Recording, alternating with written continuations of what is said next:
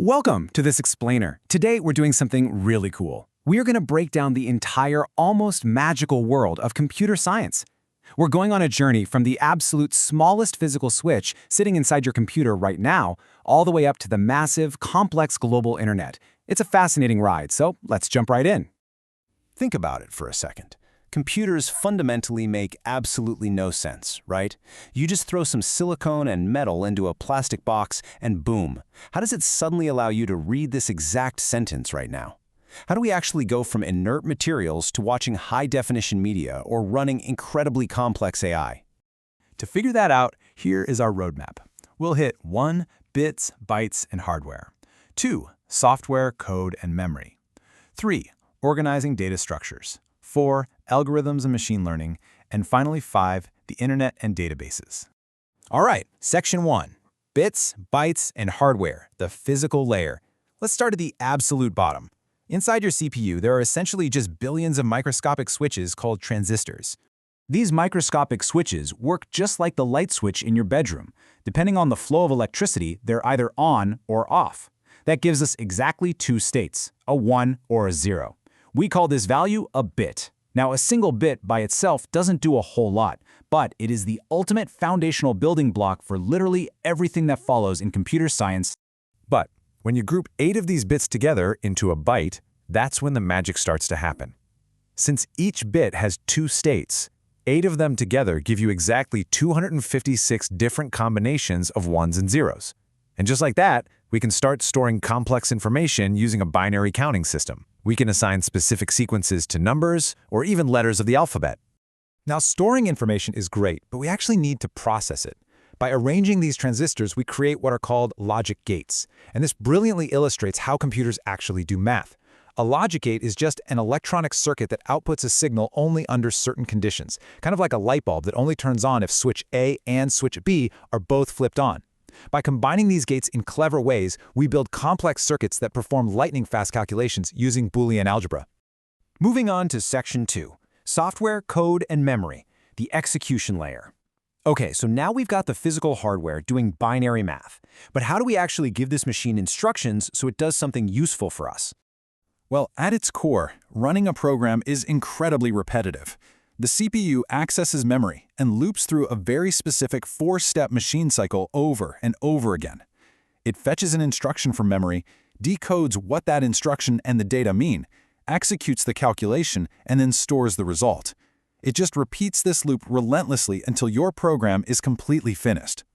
And when I say relentlessly, I really mean it. A modern CPU coordinates these steps at absolutely blinding speeds. We're talking about executing billions of these machine cycles every single second. That clock speed is measured in gigahertz. People even overclock their CPUs to squeeze out a few more cycles per second. Though you really got to be careful there, or you might literally set your PC on fire.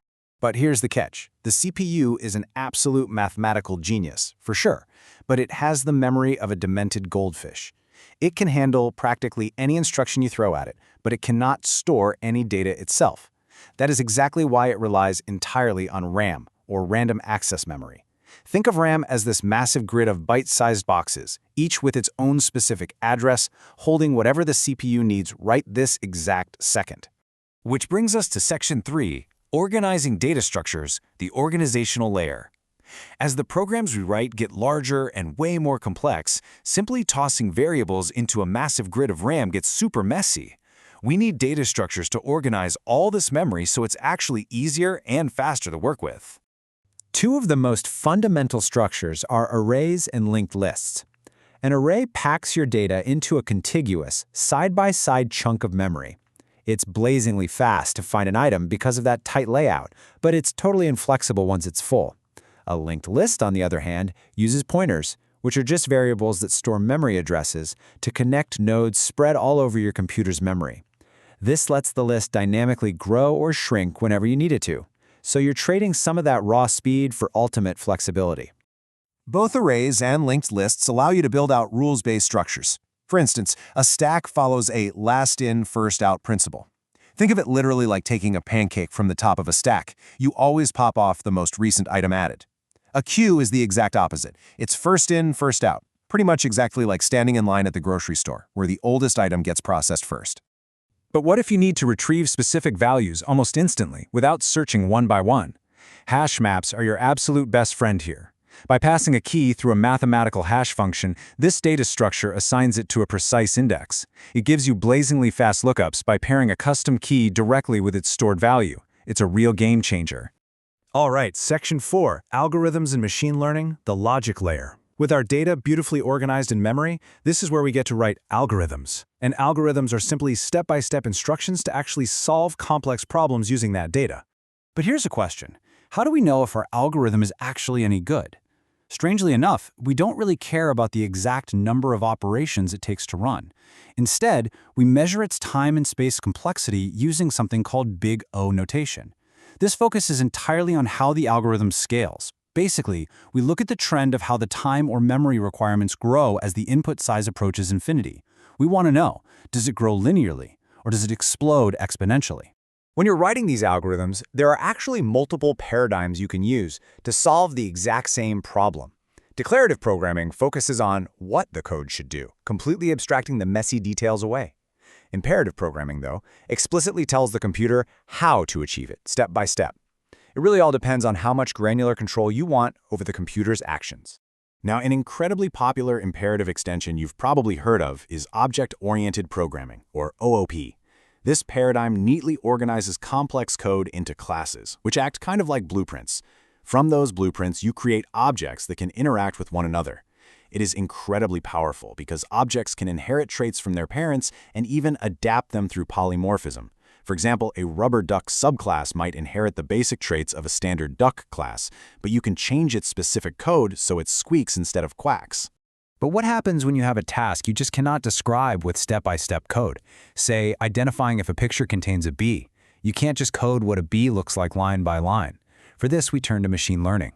We build neural networks and feed them massive amounts of training data. The model checks its accuracy, captures the difference in an error function, and then automatically tweaks its own internal parameters to minimize that error over time. It's quite literally learning, without explicit instructions.